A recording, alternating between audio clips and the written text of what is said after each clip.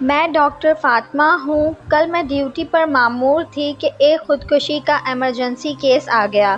خودکشی کرنے والی لڑکی کا نام منتہا تھا اور میں نے اپنے 8 سالہ کیریئر اور گزری زندگی میں پہلی بار اتنی خوبصورت لڑکی دیکھی تھی۔ مریضہ حالت بے ہوشی میں تھی۔ اس کو اٹھا کر ہسپتال پہنچانے والے اس کے والدین تھے۔ والدین بھی ماشاءاللہ بہترین پرسنالٹی کے مالک تھے، مگر اس وقت بیٹی کے عمل نے ان کی حالت کو قابل رحم بنا رکھا تھا۔ پتہ نہیں کیوں مجھے لڑکی پر پیار اور اس کے والدین کی بے بسی دیکھ کر بے انتہا کا ترس آ رہا تھا۔ لڑکی کو آپریشن تھیٹر لایا گیا۔ آپریٹ کے بعد اس کو وارڈ میں منتقل کر دیا گیا تھا اور والدین کو بتا دیا گیا تھا کہ لڑکی کی حالت خطرے سے باہر ہے۔ لڑکی کی خیریت کا پتہ چلتے لڑکی کا والد غربہ میں کچھ تقسیم کرنے کے لیے نکل گیا تو لڑکی کی ماں کو میں نے اپنے آفس میں بلوا لیا۔ مختصراً لڑکی کی ماں نے جو کہانی سنائی وہ کچھ یوں تھی۔ لڑکی کا نام منتہا ہے اور منتہا نے ٹیکسٹائل انجینئرنگ کر رکھی ہے۔ پڑھائی کے بعد تمام والدین کی طرح منتہا کے والدین کی بھی خواہش تھی کہ وہ اپنے گھر کی ہو جائے، اس لیے انہوں نے منتہا سے اس کی پسند کے متعلق پوچھا تو منتہا نے مشرقی لڑکیوں کی طرح فیصلے کا اختیار ماں باپ کو دے دیا۔ والدین نے منتہا کو رشتے کی بات چلائی تو منتہا کو دیکھنے ایک فیملی آئی۔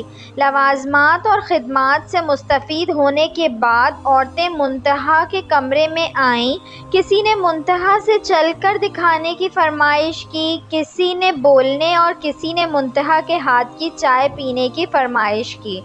اس کے بعد اجازت لے کر چلے گئے اور چند دن بعد بنا کوئی بات بتائے رشتے سے انکار کر دیا۔ منتہا کے لیے پہلی بار تھی جب وہ ریجیکٹ ہوئی، مگر ماں باپ کی تسلی نے منتہا کو حوصلہ دیا اور ایک بار پھر منتہا کو دیکھنے کے لیے فیملی آئی۔ انہوں نے بھی کھانے سے فارغ ہونے کے بعد منتہا کے ہاتھ سے چائے پینے کی فرمائش کی اور چائے کے بعد اجازت چاہی۔ 3 دن انتظار میں رکھنے کے بعد یہ کہتے ہوئے انکار کر دیا لڑکی کو مہمان نوازی نہیں آتی، کیونکہ اس نے لڑکے کی ماں کو ٹیبل سے اٹھا کر ہاتھ میں چائے پیش نہیں کی بلکہ عام مہمانوں کی طرح ٹیبل پر رکھ دی۔ اس انکار پر منتہا کے ساتھ ساتھ اس کے والدین بھی اندر سے ٹوٹ گئے، مگر اللہ کی رضا سمجھ کر صبر کر گئے۔ پھر ایک نئی فیملی آئی۔ اس فیملی کی خواتین کے بیٹھتے ہی منتہا نے ان کے جوتے تک اپنے ہاتھوں سے اتارے، وہیں بیٹھے بیٹھے ہاتھ دھلوائے اور پھر چائے پیش کی۔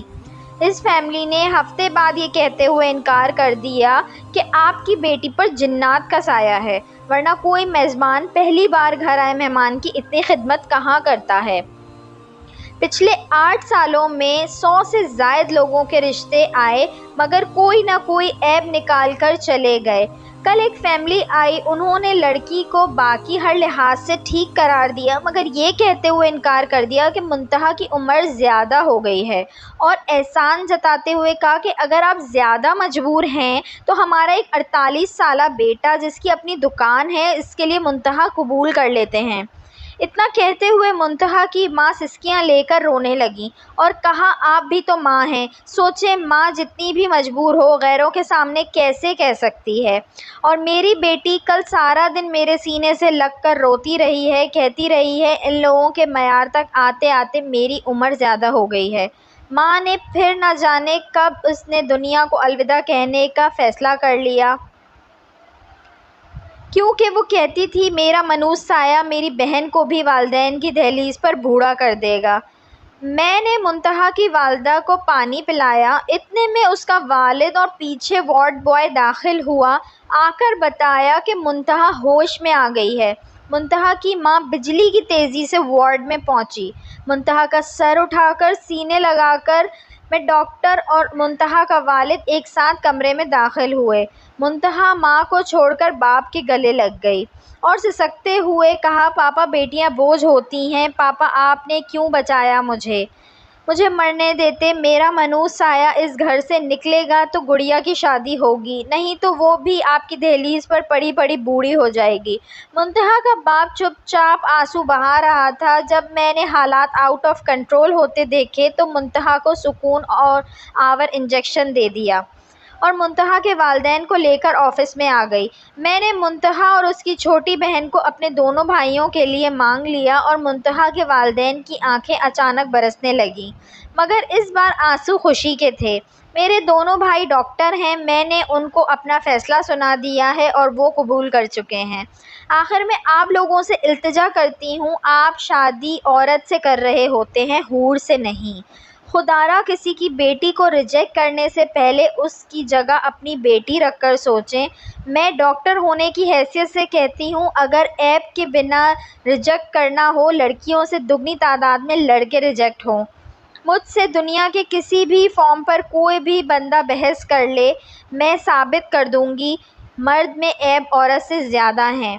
میں ہاتھ جوڑ کر خدا اور رسول صلی اللہ علیہ وآلہ وسلم کا واسطہ دے کر التجا کرتی ہوں کہ کسی کو بلا وجہ عیب زدہ کہہ کر ریجیکٹ نہ کرو۔ آپ اللہ کی مخلوق کے عیبوں پر پردہ ڈالیں، اللہ آپ کے عیبوں پر پردہ ڈالے گا۔ آپ کے نکالے عیب اور انکار لڑکیوں کو قبر میں دھکیل دیتے ہیں۔